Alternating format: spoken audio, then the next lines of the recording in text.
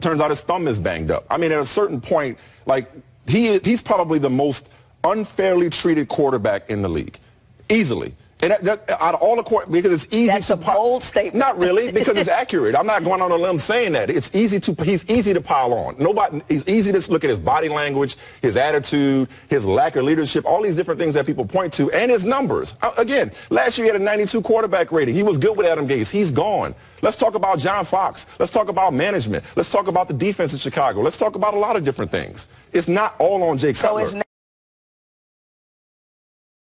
Of course, Jenkins made it clear leading into the game that he was going to do this, and the reason he didn't do it last weekend is because the NFL opener obviously fell on the same day as the 15th anniversary of 9/11. Here's some more from Jenkins.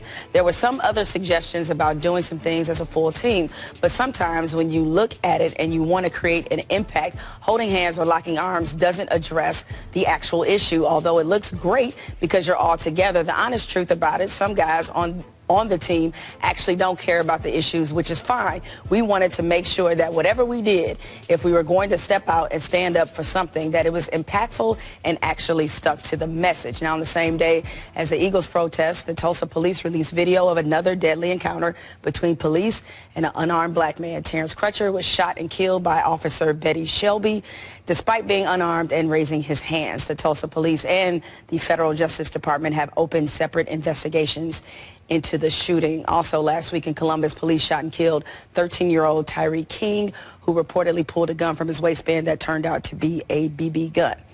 So we've had a lot of people complaining about the players taking a knee, but given this police video that was released, I'm sure you also noticed I don't hear much from those people now.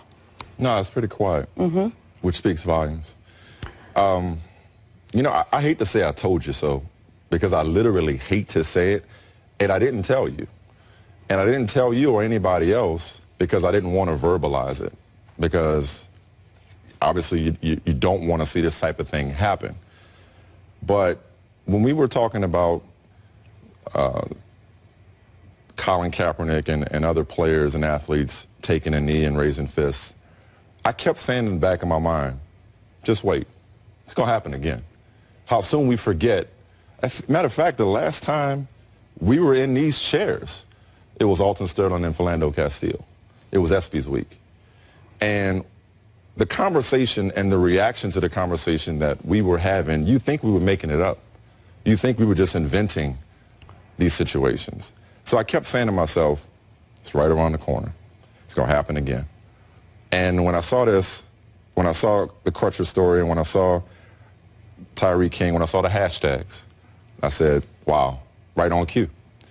And I'm just trying to figure out, what could we have done to solve police identifying him as a bad dude? What kind of dialogue that the other side swears we're unwilling to have? What kind of dialogue, what kind of community service work that's so much more comfortable for them to embrace? What kind of community service work could Colin Kaepernick and others have done to prevent them saying, look, the bad dude might want to bring out the taser? Like, what exactly would make, forget driving while black in certain communities, what exactly would make driving with a broke down car not a crime? What exactly would have made Terrence Crutcher not presumed to be a suspect? Like, why couldn't they take him alive, but they seem to be able to take whoever they want to alive when they want to? Well, I'm glad you said that, because just for my own sense of clarity, just so I know I'm not crazy, and not that I was on this side of things anyway, I went back and read the accounts of how they arrested Dylan Roof. Just to be clear.